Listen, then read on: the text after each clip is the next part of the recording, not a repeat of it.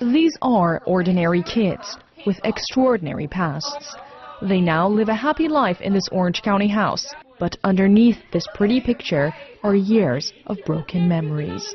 I've been in and out of the foster system since I was 5. I was 12 years old when I actually spoke up about my dad molesting me sexually, physically. I was homeless in Minnesota for 3 years, off and on, mostly I was homeless. At age 18, like all other foster kids, they too were emancipated from the system. To be tossed around with strangers all the time, it just kind of takes away the fact that you're human. It's almost like you're like someone's pet in their house, and if they decide that they don't want you anymore, they can send you back to the pound. I'd wait for all the club people to be leaving, and they'd be drunk, and I'd ask them for money, and they, eventually somebody would be like, oh, just come home with me. With no place to go each year, thousands of kids are dismissed from the foster care system.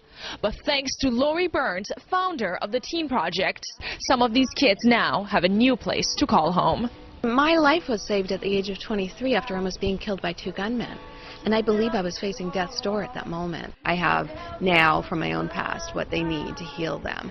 As a child, I just built up walls. And there's, and no one really stuck around to break them down. That's the hardest part about growing up in the foster system. With the help of local supporters, community donations, Lauri and her team of volunteers help provide housing, mentorship, and job opportunities for these kids. What you've been through does not define you.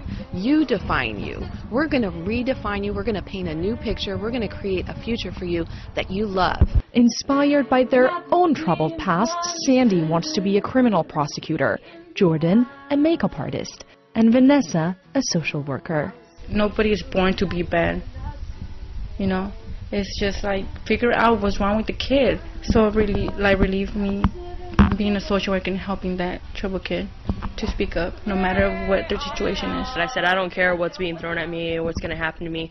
I'm going to be successful. And I had this notion that no matter what happened, I was going to make it. I'm going to be able to have a career and not just a job. I'm not going to have to work at McDonald's for the rest of my life. But for Lauri, it's more than just giving them a new home. For the first time ever, I feel like I am a part of a family. People who will be there for you. Anything is possible. That's what I have here. A lady once said to me, you know what, Lauri, you're going to be swinging on a swing one day, and the next day you're going to be at the end of your life. Make sure you do what you have to do when you're here. So far, Lauri has parented 32 girls, and with that, she aspires to give these kids a new chance in life.